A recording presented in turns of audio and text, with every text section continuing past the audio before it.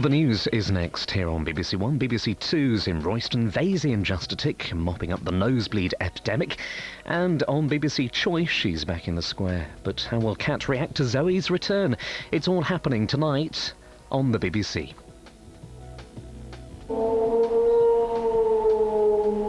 It's coming. Question Time tonight comes from Hereford, with Rhodri Morgan, Labour's leader in Wales, the author, John O'Farrell, Jackie Ballard, who now runs the RSPCA, Tories shadow cabinet member, Caroline Spellman, and the Daily Mail's man in the House of Commons, Quinton Letts. Join us here on BBC One for Question Time after the news, 10:35. This is BBC One Southwest. Time now for the BBC News at 10 o'clock. Presented by George Alagaya with Christopher Slade. It won't go away. More allegations about Cherie, the con man, and his girlfriend.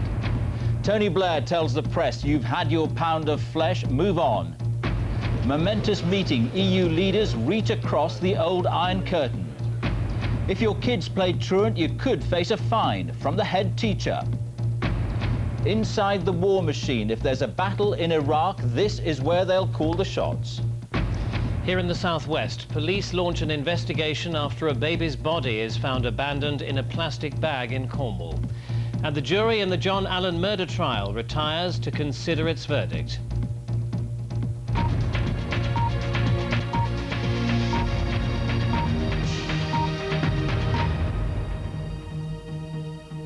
Good evening. Tony Blair has issued a challenge to critics of his wife.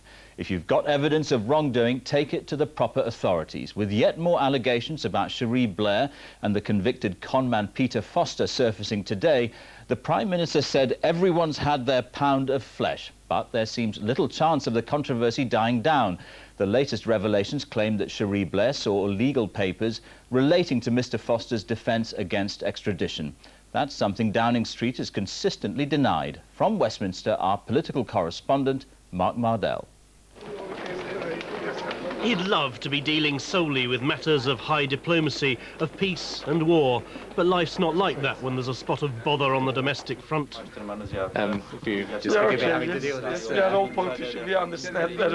Apologies to fellow leaders over. He told the media to put up or shut up.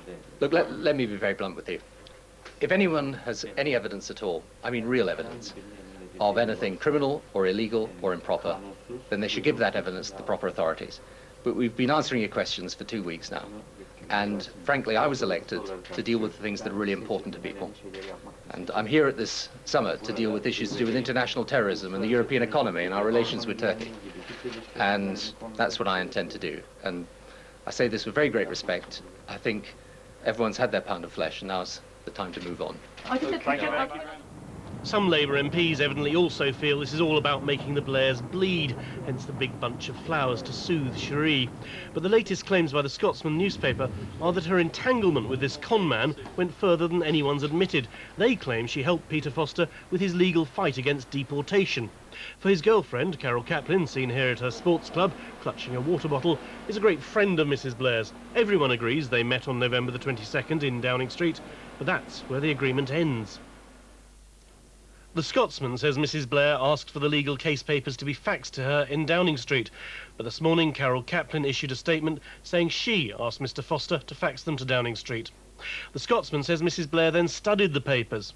Carol Caplin says Mrs. Blair refused to read them, and that interpretation is backed up by Mr. Foster's solicitors. We have neither sought nor been given or offered any advice, assistance or influence whatsoever by Cherry Booth, and any suggestion to the contrary is unfounded. But the Scotsman newspaper is sticking by its story. The line from number 10 is changing all the time. First thing this morning, these faxes didn't exist. We've now proved that they exist. So they did go through to number 10, only Cherie Blair decided not to look at those particular documents. It's really not believable. This is not the first time Peter Foster has at least tried to enlist the Blairs to help him.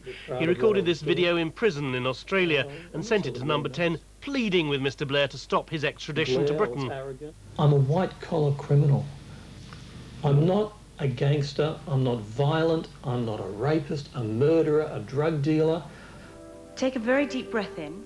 A few years before that, Carol Kaplan, Mrs. Blair's fitness and lifestyle guru, was also making videos, holistic exercise videos. For the last 5 years, I've been running holistic exercise classes for all kinds of people from all different walks of life.